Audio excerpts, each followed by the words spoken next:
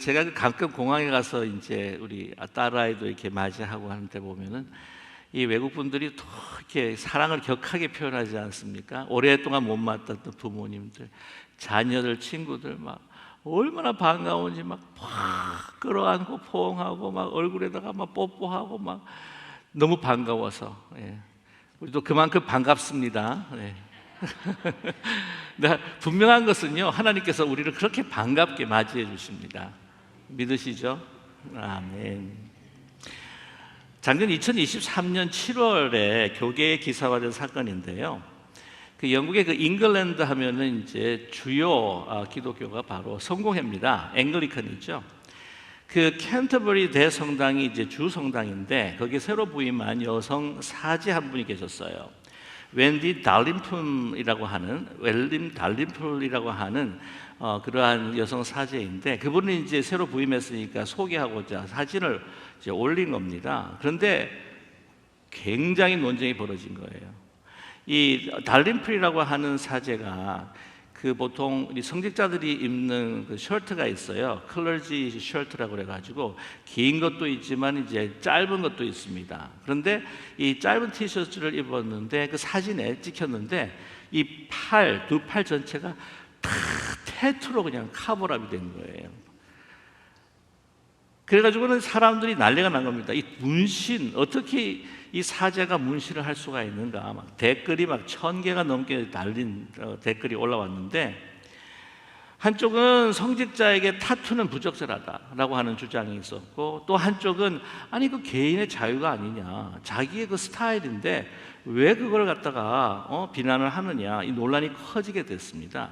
그래서 이 본인 웬디 달림플 이 사제가 직접 나와가지고는 이제 해명을 합니다. 나의 타투는 소명과 신앙을 표현하는 것입니다. 그러니까 이 타투를 보게 되면 다른 어떤 세속적인 이미지가 아니라 성경에 나온 이미지들을 갖다가 해서 이제 타투를 한 거죠. 문신을 한 겁니다. 제가 사실 그 사진을 보여드리려고 생각을 했는데, 그 사진 보여드리면 말씀 다 끝나고 난 다음에 그 사진 이미지만 남고 갔을까봐 좀 위험할 것 같아서 제가 보여드리지는 않습니다. 그냥 상상만 하십시오. 그러니까 캔터버리 대성당도 뭐라고 이야기하냐면 외형적인 거 아니냐, 왜 외모에 대해서 그렇게 가타부타 따지느냐라고 이렇게 옹호를 한 거죠. 그러나 여전히 일각에서는요, 보기 너무나 거북하다, 이제 보수적인 입장을 가지고 있는 사람들은 그거 안 된다, 사제직을 박탈하자까지 이렇게 언성이 높아지기도 했습니다. 보통 교회뿐만이 아니라 이제 미국의 보수적인 회사들, 특별히 서비스에 종사하는 그 사람들에 대해서 이러한 높은 보수적인 기준을 삼는 때가 많은데요. 제가 잠깐 한번 살펴보니까 이 사우스 웨스턴 항공회사 같은 경우에는 승무원이 주로 반팔을 입을 때에 문신이 보이거나 이 문신을 한 사람들은 아주 조용하게 해고해버리는 그러한 이 경향이 있다고 합니다. 이 반대하는 사람들, 특별히 믿는 사람들은요, 이 레위기 19장 28절에 말씀을 들어서 반대를 합니다. 그 말씀은 죽은 자 때문에 너희의 살에 문신하지 말며 문의를 놓지 말라, 나는 여호와니라. 레위기에서 신체 훼손을 금기시했기 때문에 하지 말아야 된다라고 이야기를 하죠. 근데 또 옹호하는 사람들은 뭐라고 이야기하냐면 그건 구약의 이야기가 아니냐, 이 신약까지 왔는데 그것을 좀 더 벗어나고 좀 자유함이 있어야 되지 않느냐. 그리고 그때는 가나안 민족들이 자기들의 습관에 따라서 문신을 하는데 거기에는 우상의 이미지를, 이 문신을 넣고 또 타투를 하는 것 때문에 그걸 금했을 거다라고 이야기를 하죠. 그래서 이제 옥신각신을 합니다. 근데 여러분 어떻게 생각을 하시나요?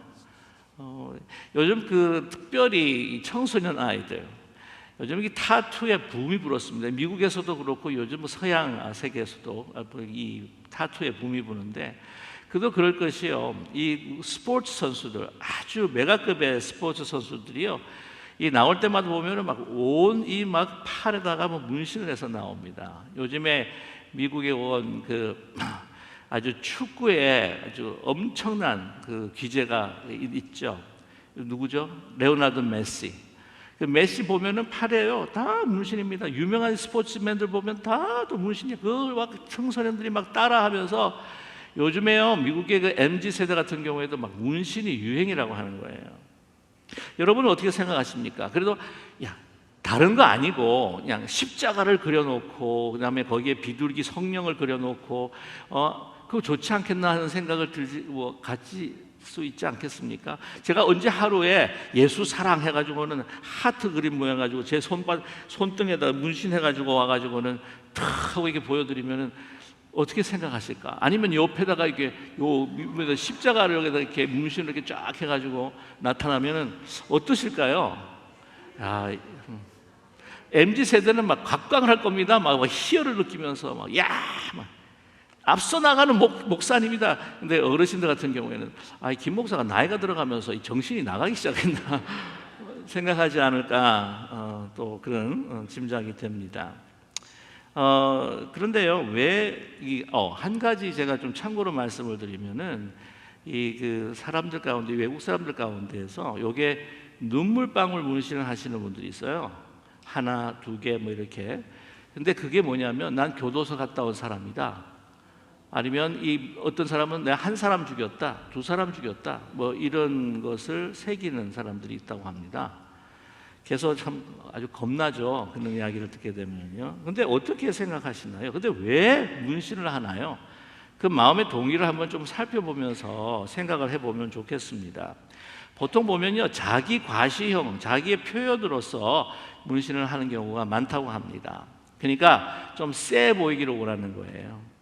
이 청소년들이라든 젊은 사람들, 나 아주 세게 보이고 싶어서 이게 하면 맨날 진짜 옛날 우리 한국 같은 경우에는 우리 덩어리들 이게 죄송합니다 덩어리여서 깍두기 이게 막 문신 막 하고 그러면 막 접근하기가 힘들지 않습니까, 그죠? 그리고 아주 혐오스럽습니다.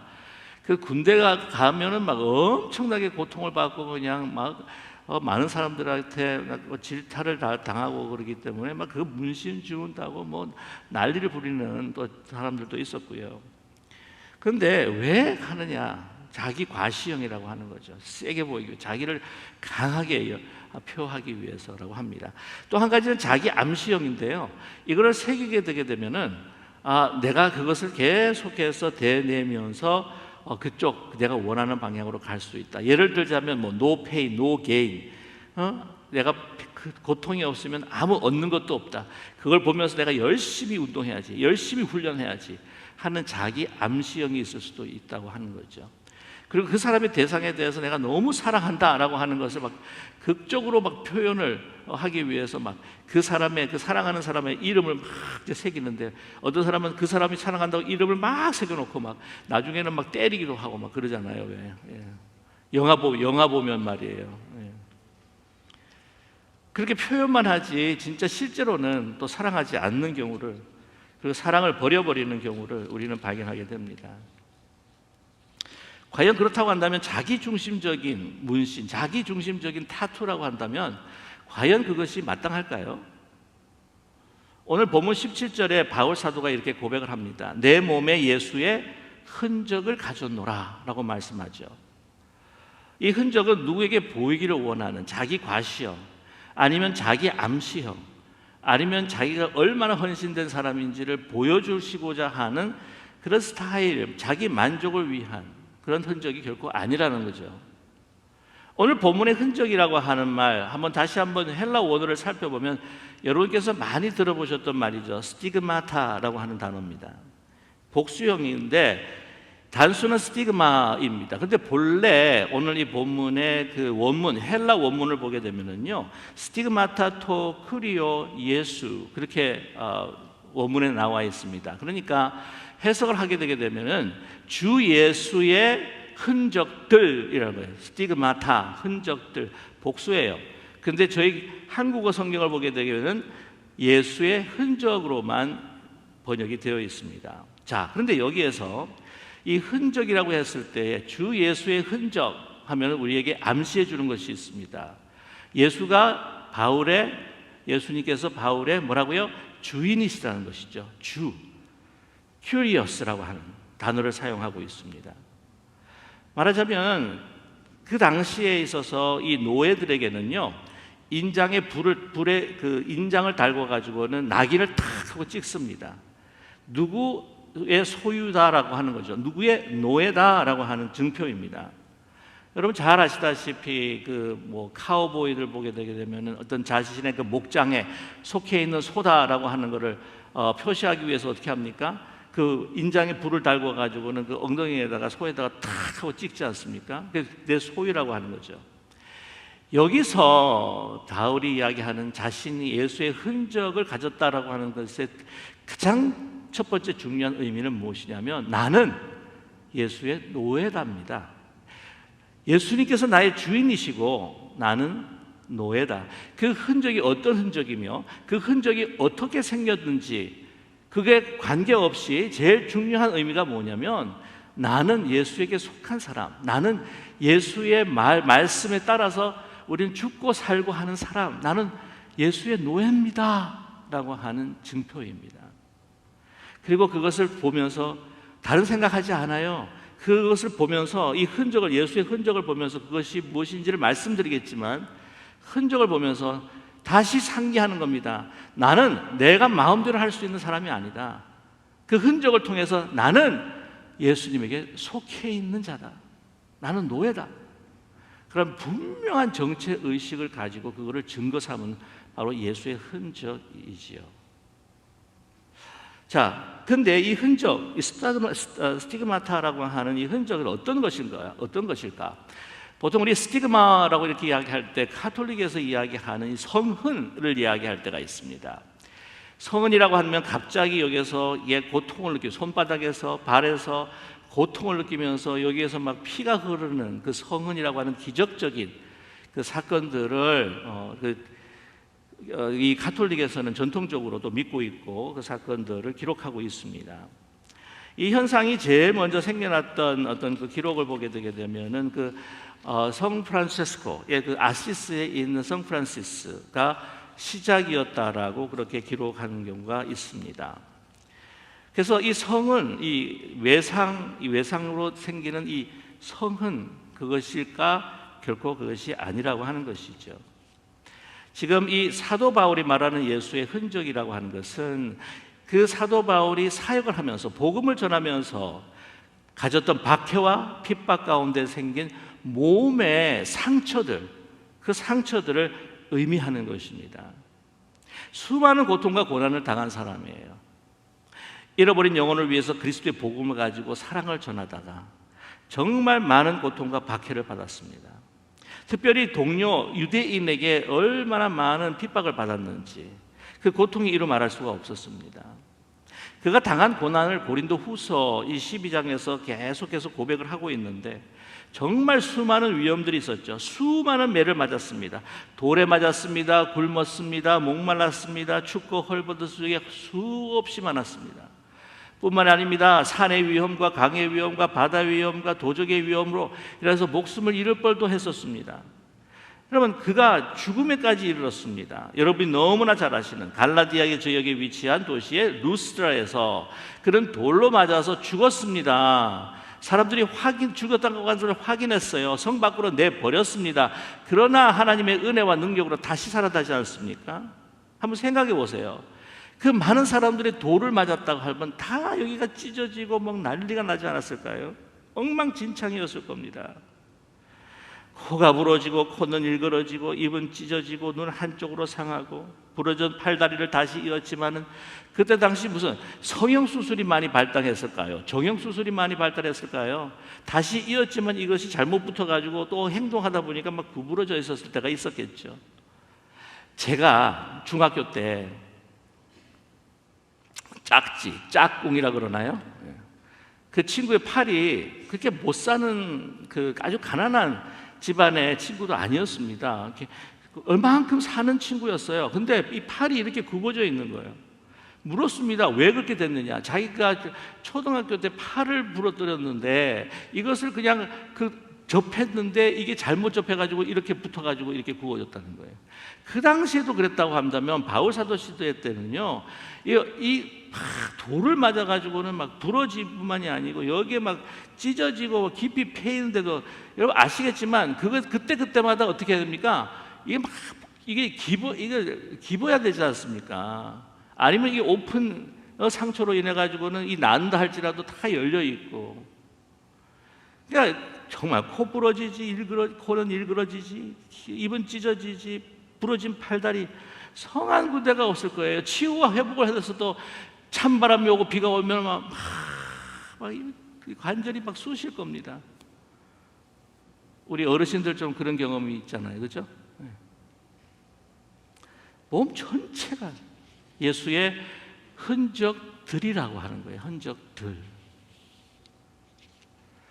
몸 전체가 그의 삶을 보여주는 바로 예수 그리스도의 종된 모습의 흔적들입니다. 완전히 자신이 모든 한 주님께 바쳐진 종의 모습인 거죠. 그런데 사도 바울이 왜 갈라디아에 있어서 자신이 가지고 있는 이 예수님의 흔적에 대해서 이렇게 역설하고 이제 피력하고 있을까요?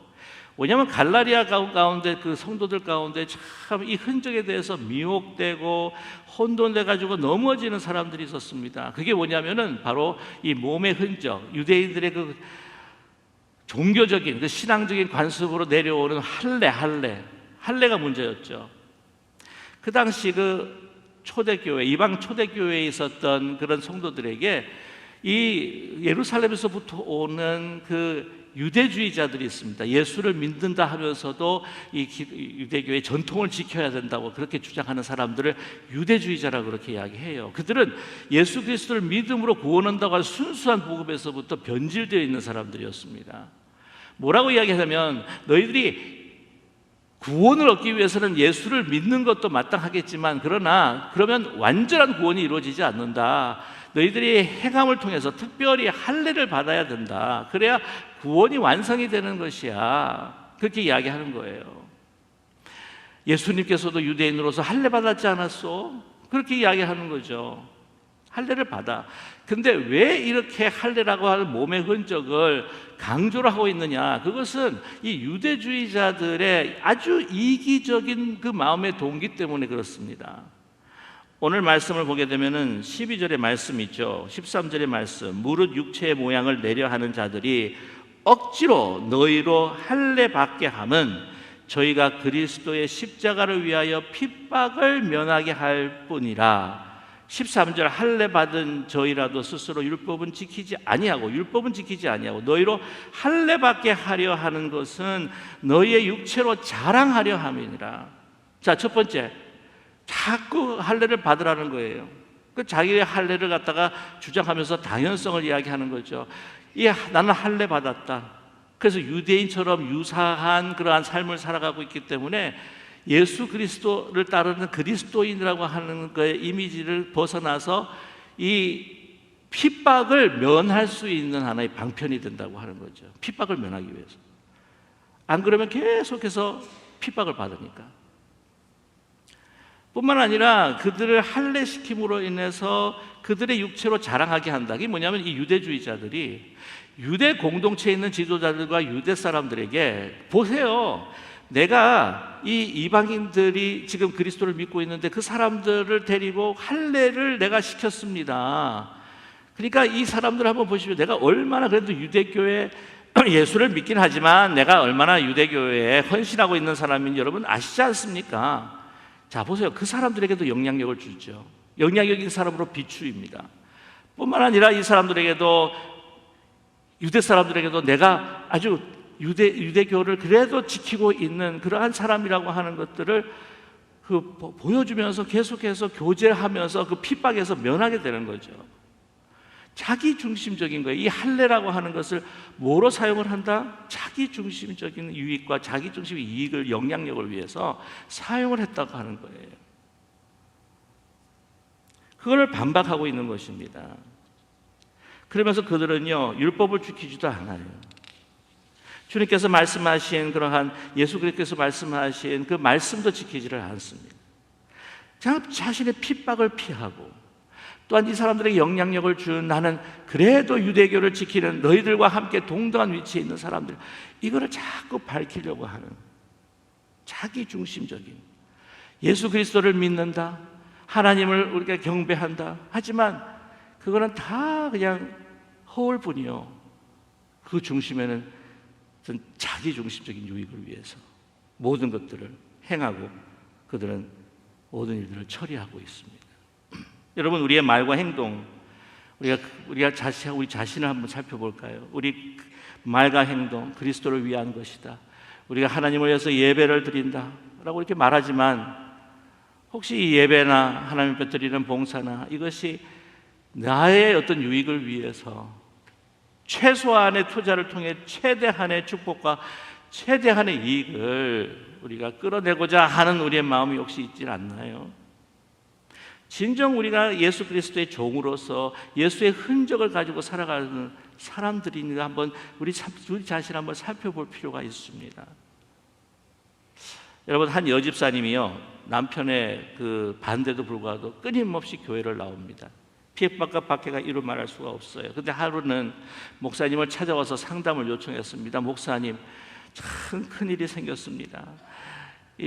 제 남편이 저를 그렇게 괴롭게 하는 걸 아시죠? 그런데요, 이제 이 정도가 넘었습니다. 아니, 집사님, 어떤 심각한 문제가 생겼습니까? 이 여집사님이 이야기합니다. 저희 남편이 이제는 교회 나가는 거 구박하다 못해서 이젠 저에게 목숨을 걸면서 협박을 합니다. 너 다시 한 번 더 교회 나가면 내가 널 죽일 줄 알아. 그렇게 이야기했다는 거예요. 너무 두려워요. 목사님이, 집사님, 그래도 우리가 그리스도인이 아닙니까? 우리에게 위협이 있다 할지라도 우리가 죽으면 죽으리다 하면서 그래도 주님 앞에 예배로 나가야 되지 않겠습니까? 하고 이렇게 여집사님한테 이야기를 한 거예요.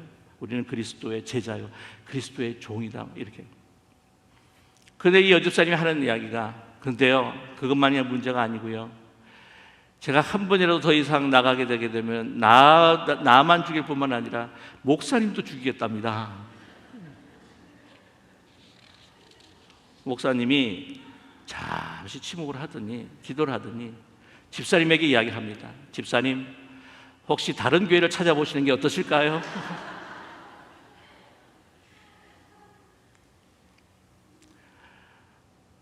우리가 말로 하고 우리가 하나님을 예배드리는 자세를 가지고 나아가기도 하지만, 정말 우리의 소중한 주님을 내 마음속에 모시고 실천하는 우리의 모습, 그것을 통해 우리 예수의 흔적을, 우리 예수님의 흔적을 얼마나 발견할 수 있을까요? 여러분, 바울은 말씀합니다. 나에게 예수의 흔적이 있다. 근데 얘가 흔적을 통해서 자랑하는 게 아닙니다. 그런 생각이 들지 않습니까? 자, 봐라. 내가 얼마나 믿음이 좋은지, 얼마나 예수님한테 헌신했는지만, 이 몸을 봐라, 한번 몸을. 그 자랑하려고 하는 걸까요? 아닙니다. 보통 보면 이제 그 경찰들이 두 명이서 이제 대화를 하는데, 자기가 범인을 잡으면서 그 용맹한 용맹담을 이야기를 하지 않습니까? 하면서 보여주잖아요. 이게 10년 전에 내가 잡다가 이걸 확 하고 칼로 찌르는 거, 이 잡고 이렇게 된 거야. 그래서 상대방이, 야, 그것 좀 내가 한번 보려면 보여주면, 여기에 총 맞아가지고 구멍 난 거 보여? 하면서 이렇게, 왜 이렇게 서로가 막 자기가 더 용기 있다고 막 자랑하는 하나의 그 흔적들, 과연 그걸까요? 내가 얼마나 헌신했는데, 내가 얼마나 믿음이 좋은 사도인데 자랑을 하는 걸까요? 아닙니다. 그걸 알 수 있는 것은요, 14절에 그러나 내게 우리 주 예수 그리스도의 십자가 외에 결코 자랑할 것이 없으니 그리스도로 말미암아 세상이 나를 대하여 십자가에 못 박히고 내가 또한 세상에 대하여 그러하니라 말씀하고 있지 않습니까? 오늘 본문에 자랑할 것은 십자가밖에 없는 거예요. 나를 위해서 지신 그 십자가, 이 손에 못 박히시고 발에 못 박히시고 가시관 쓰신 그 예수님, 그를 통해 구원받은 그 은혜와 사랑, 그 십자가만을 내가 자랑합니다. 누구든지 나를 괴롭게 하지 말라. 17절 말씀에 내가 내 몸에 예수의 흔적을 지니고 있느라. 유대주의자들에게 이렇게 말하는 거예요. 맨 첫 번째가 말씀드린 것처럼 나는 그리스도의 종입니다.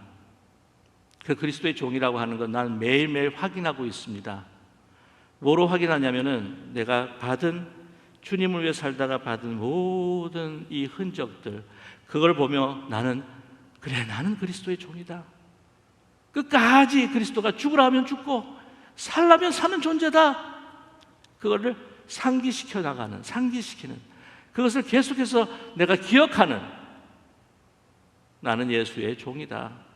그 흔적이라고 하는 것이죠. 두 번째가 뭐냐면요, 이 흔적을 통해서 나를 얼마나 사랑하시고, 이 흔적을 통해서 아직도 하나님 주님께서 나와 함께 동행하시고, 나와 함께 아파하시고, 나와 함께 고통을 당하시는, 정말 가까이 친밀히 나를 사랑하시는 바로 주님을 내가 만나고 경험하는 그 징표와 흔적이 바로 내가 가진 예수의 흔적이라는 거죠.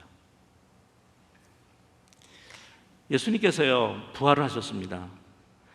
예수님께서는 아직도요, 그 십자가의 흔적을 아직 갖고 계십니다. 부활하신 예수님, 왕의 왕 되신 예수님, 하나님의 보좌 옆에 우편에 앉아 계셔서 이 모든 나라와 이 세계를 통치하시는 왕 중의 왕 되시는 예수님께서 상처투성이라고 하는 거 아십니까? 예수님께서 제자들에게 부활하시고 나타난 다음에 쑥 하고 들어오셔서 뭐라고 말씀하셨어요? 얘들아 봐라, 구멍 없지, 구멍 없지? 그렇게 이야기하셨나요? 못자국 난 그 손을 보이시고, 제가 어떤 영화를 보니까요, 진짜 완전히 홀이 생겼더라고, 구멍이. 그래서 탁 하고 손을 비치는데 이 안에서 막 이 태양빛이 이 구멍을 통해서 비치는 그런 영상을, 이미지를 캡처하면서 이야, 감동이 있었습니다. 그게 손에만 있었습니까? 손에만? 발에도 있지 않았습니까? 발목에도? 뿐만입니까? 여기 상체 옆에도. 그리고 가시면류관을 쓰셨기 때문에 이 머리 전체가요, 그 가시에 눌렸던 모든 상처들이 있다고 저는 그렇게 믿어요. 요한복음 20장에서 도마가 그의 손에 못자국을 보며 내 손가락을 손에 못자국을 넣으며 그 손을 그 옆구리에 넣어보지 않고는 믿지 않으겠노라. 그 손목에 넣어보겠다는 거예요. 예수님 말씀하십니다. 요한복음 20장 27절에 내 손가락을 이리 내밀어 내 손을 보고 내 손을 내밀어 내 옆구리를 넣어보라. 믿음 없는 자가 되지 말고 믿는 자가 되어라. 아직도 여러분, 저는 언제 그 상처가 없어질까? 예수님께서 재림하실 때 우리 모두도 부활하여서 하나님께서 새 창조와 새 하늘을 만드시고 난 다음에 거기는 눈물도 슬픔도 고통도 아픔도 없는 그 세계의 때 이루어질 때에, 그때에 예수님의 상처가 아물어서 온전하게 되실 것이라는 그런 믿음을 갖고 있어요. 그런데 왜 그 상처를 아직까지도 갖고 계실까? 우리가 주님과 함께 동행하면서 아픔을 가질 때, 주님과 함께하면서 고통을 가질 때, 주님께서는 그 자신의 상처난 곳을 우리에게 보이시면서 뭐라고 말씀하실까요? 이거 유명한 한 드라마 대사인데 제가 한번 인용해 보면 좋겠어요. 아프냐? 나도 아프다.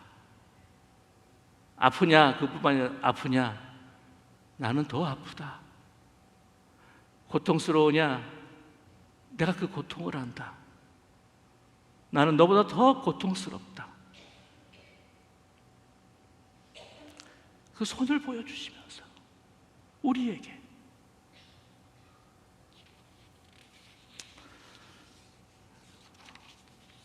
우리가 가지고 있는 그 육신의 예수의 흔적이 있다면, 육신의 연약한 부분, 마음의 상처가 있다면, 그것은 예수님께서 우리를 얼마나 사랑하고 계시는지, 우리와 지금 함께 동행하고 계시다고 하는 분명한 증거가 될 줄로 믿습니다. 자랑이 아니란 말이에요. 그게. 여러분, 한국 근대 기독교 시대 때에 아주 유명한 미국 선교사님이 계세요. 들어보셨는지 모르겠지만 마펫 목사님이세요. 마포 삼열로 알려져 있죠. 북장로교회 파송으로 해서 정말 이 한국 기독교에 엄청난 많은 선한 영향력을 미치시고, 이분이 평양 지역을 중심으로 해서 이 복음화 하시면서 평양신학교의 제1대 총장님이 되시기도 하셨습니다. 근데 그분은요, 정말 은혜가 넘치는 말씀을 전하는 분으로 유명했습니다. 남보다 말을 잘해서요? 아닙니다. 너무나 설득력 있는 말들을 구사해서요? 아닙니다. 그렇게 된 이유는 오직 하나, 그의 얼굴에 깊은 상처가 있어요. 그 상처는 길거리에서 전도를 하는데 술 취한 사람이 막 재수 없다고 팍 하고 던진 그 술병이 깨어지면서 파편 자국이 확 하고 들어가면서 생겨버린 상처 자국입니다. 깊은 상처 자국이에요.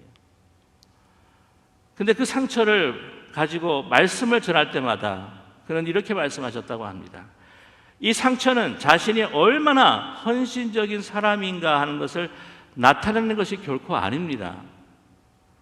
이 상처는 바로 나를 위해 죽으신 예수님의 고난의 흔적입니다.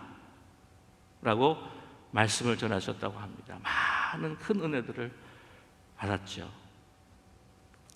저와 여러분, 우리 그리스도 예수님을 말미암아 우리 그리스도 종된 우리들이 예수님을 위해서 살다가 가진 예수의 흔적들이 있으십니까? 저는 우리 믿음의 어르신들은 그 흔적이 있다고 믿어요.